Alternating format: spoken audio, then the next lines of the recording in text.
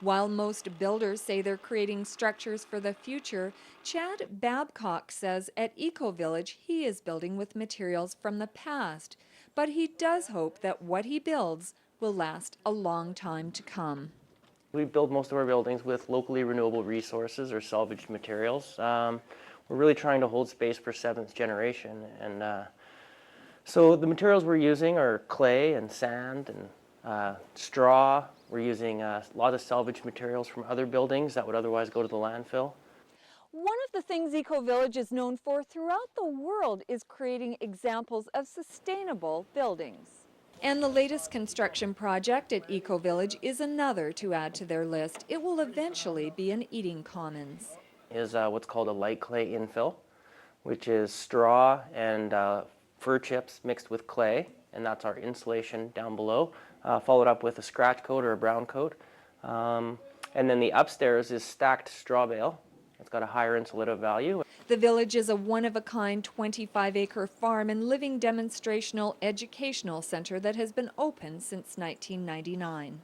This place has been a confluence from people, local and international, coming. There's something they're seeking. There's something we're all wanting in creating a change in the world. This is a place of possibilities. It's a place of creating the impossible when we're looking for solutions around sustainable living. But its very uniqueness is one of the reasons that its future sits in a delicate balance. We've created something that's so unusual that it's very difficult to obtain a mortgage.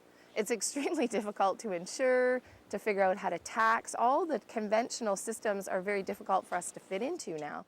And although it's pretty quiet here during the winter, Brandy is hoping they will be able to accommodate the thousands of bookings that they have coming up later in the year. She says there's a glimmer of hope in the form of creative financing, allowing people to invest their RRSPs. Concentra Finance, which is a national company, has stepped forward and is creating a syndicated mortgage for our Eco Village, where investors can actually invest into an ethical investment mortgage through Concentra and be paid market rates of interest.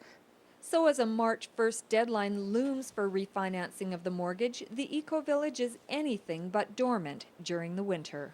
We're filling in all of our courses. There's some things that are maxed out on our calendar. We're triple booked at some points in the summer, over and over and over, and yet we're worried whether we're going to make it past our March 1st deadline. And Brandy says the summer may see this now quiet place full of people learning about the earth, or, on the other hand, the Eco Village may be no more. It's a curious time to really see who's going to stand up in our community, locally and internationally, and say that a sustainable living demonstration site and education center is of high value in Canada. It's the only major center we have in this nation. But whatever the final result, Chad says the work that is done at the village is very important. We play a significant role in each other's journey, and it's how we show up as individuals and what we choose to do. And that's where the Eco Village is truly leading by example with its model of a demonstration site. Reporting in Duncan for Shaw TV, I'm Terry Church.